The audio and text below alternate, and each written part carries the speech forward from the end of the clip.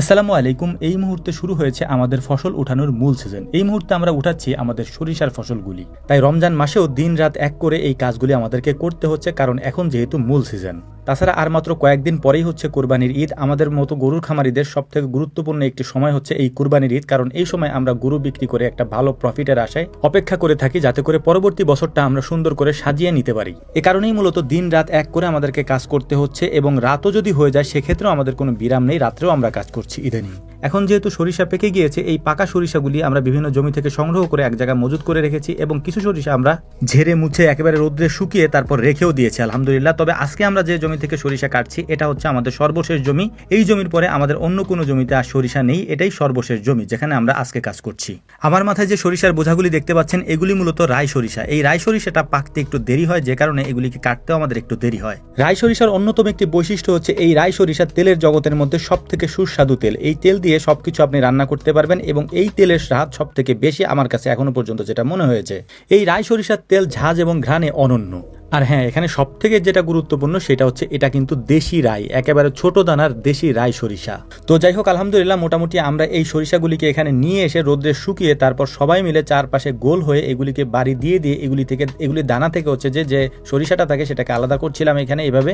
এর মাঝে ওদেরকে কাজে রেখে কয়েকবার মেলেও গিয়েছি। আপনাদের জ্ঞাতার্থে একটা জিনিস বলে নিই, আপনারা যারা বিশেষ করে আমাদের কাছ থেকে সরিষার তেল নেন, এটা সম্পূর্ণ কাঠের ঘানিতে ভাঙানো সরিষার তেল হয়। এবং আলহামদুলিল্লাহ আমরা যেহেতু দেশি রাই সরিষা এবং দেশি সেতি সরিষা নিয়ে কাজ করি, অর্থাৎ এটা ফলন উৎপাদন করার চেষ্টা করি এবং প্রতি বছর এটাই করি, তাই আলহামদুলিল্লাহ এটার ফলনও ভালো হয় এবং এটার তেলও সব থেকে ভালো হয় অন্যান্য তেলের তুলনায়। তো যাই হোক, এই সরিষার গাছ থেকে সরিষাগুলিকে আলাদা করতে করতে আমাদের প্রায় বিকাল হয়ে গিয়েছে। এখন এই সরিষাগুলির থেকে যে পাতাগুলি আছে, অর্থাৎ এর যে ফলের যে খোসাগুলি আছে সেগুলিকে আমরা ছড়িয়ে নিচ্ছিলাম। এরপর এটাকে আমরা সুন্দর করে ঝেড়ে, চালন বা চালনি বলি আমরা, এটা দিয়ে ঝেড়ে তারপর হচ্ছে যে এটা থেকে সুন্দর করে বাকি যে ময়লাগুলি আছে বা এর থেকে যে পাতাগুলি আছে সেগুলিও আমরা আলাদা করে ফেলবো। তারপর এটাকে আমরা আমাদের যে ফ্যান রয়েছে এখানে, আমরা জেনারেটরও নিয়ে এসেছি, এটা থেকে উড়িয়ে তারপর এটা থেকে একেবারে ফ্রেশ যে সরিষাটা আছে সেটাকে আমরা এখান থেকে আলাদা করে নিব, যাতে এটার মধ্যে কোনো মাটি, কোনো ময়লা, কোনো ধরনের কোনো জিনিস এর মধ্যে না থাকে। একেবারে ফ্রেশ সরিষাটা এখান থেকে নিয়ে আমরা সরাসরি রোদ্রে দিয়ে মেলে দিয়ে আসবো, যাতে করে এটা থেকে আমরা তেল তৈরি করতে পারি। এর পাশাপাশি আপনাদেরকে আরো গুরুত্বপূর্ণ একটা কথা বলি, আপনারা অনেকেই আমাদের কাছ থেকে হচ্ছে যে একেবারে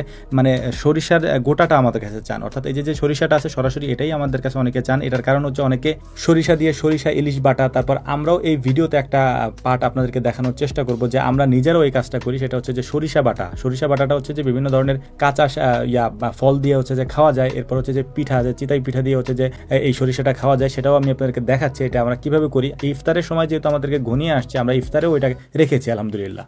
যারা হাটে বাজারে অথবা শহরেও এগুলা বিক্রি করে চিতই পিঠা দিয়ে সরিষা বাটা দিয়ে হচ্ছে যে আপনি যদি কখনো খেয়ে থাকেন তাহলে এটা স্বাদ আপনি বুঝবেন। আমি সব থেকে বেশি খাই, যে কারণে এটা মাঝে মাঝে আমি বানাই।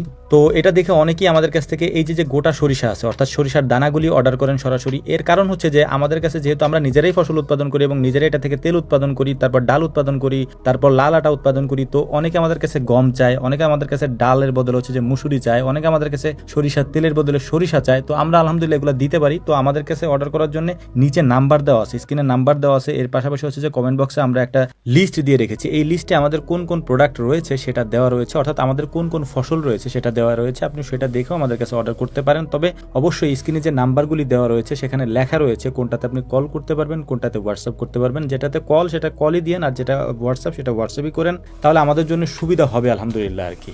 অনেকক্ষণ অনেক কথা বলে ফেললাম। তো যাই হোক, আপনারা হয়তো বিরক্ত হয়েছেন, তার জন্য আন্তরিকভাবে দুঃখ প্রকাশ করছি। আমাদের যেহেতু এটা কাজ, আমাদের এই ফসলগুলো আমরা অনলাইনে যেহেতু বিক্রি করি, তাই কথাগুলি মাঝে মাঝে আমাদেরকে বলতে হয়। তো যাই হোক, অনেক রাত হয়ে গিয়েছে, ফাইনালি আমরা আমাদের কাজগুলিও শেষ করতে পেরেছি। সরিষাগুলিকে সুন্দর করে বাতাসে উড়িয়ে একেবারে ফ্রেশ করে এখান থেকে এখন নিয়ে যাব আমরা। আশেপাশের মসজিদগুলি থেকে এশার আজান দিচ্ছিল, তাই আমাদের কাজ আরো দ্রুত করার জন্য আমরা চেষ্টা করছি, কারণ এশার নামাজ পড়তে হবে। এর পাশাপাশি তারাবির ওয়াক্ত হয়ে গিয়েছে, আমরা চলে যাব এখান থেকে। তো আমরা সময় মতো কাজটা করতে পেরেছি, এই জন্য আল্লাহ তাআলার শুকরিয়া আদায় করছি। তা না হলে হয়তো এই কাজটা করা সম্ভব হতো না। আল্লাহ তাআলা আমাদেরকে তৌফিক দিয়েছেন। আমাদের জন্য দোয়া করবেন। আসসালামু আলাইকুম ওয়া রাহমাতুল্লাহ।